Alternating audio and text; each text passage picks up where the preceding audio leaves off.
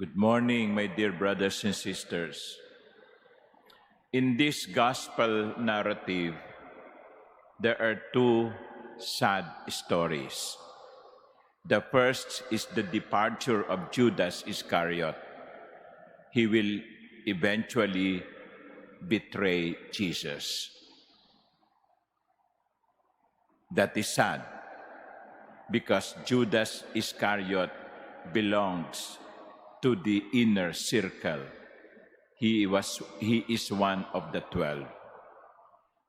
And the second sad story is the denial that Peter will make, that he would say later, I do not know him.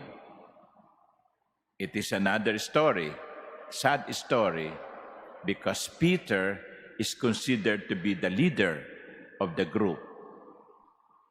To Peter was entrusted the keys of heaven. So it must be painful for the Lord. Tayo nga no?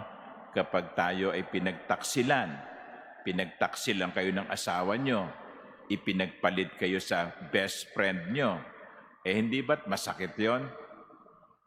Kayo nga pag hindi kayo binabayaran ng nangutang sa inyo na pangako lang ng pangako sa katapusan, although hindi maliwanag kung katapusan ng ano, hindi ba't sumasama ang loob nyo? Ano kaya ang naramdaman ni Jesus? Nasaktan din ba siya?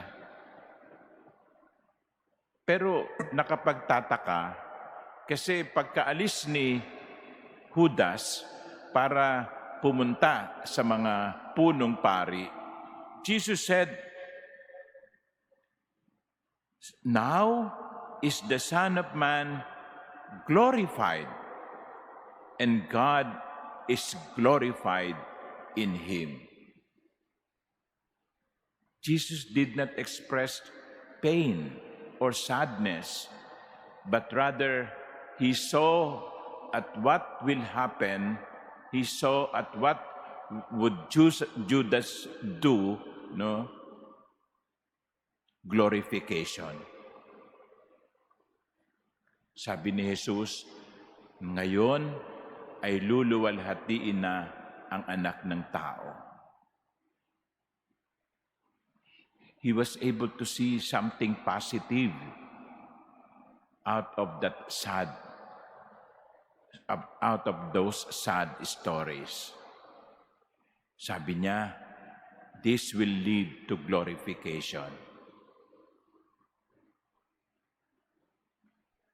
Ano po ang gustong ituro sa atin ng Panginoon? Simple lang. Let us look at the positive side. Let us look at the positive side of tragic events.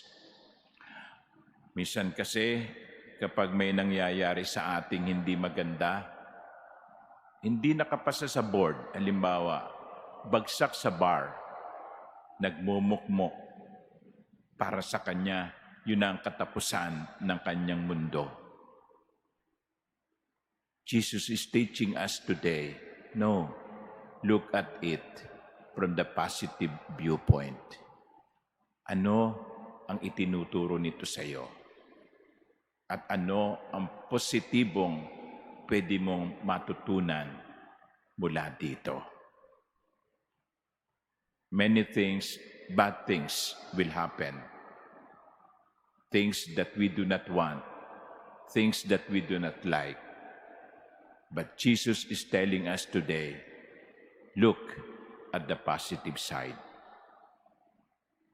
Jesus saw in the denial and betrayal of Peter and Judas something of glorification.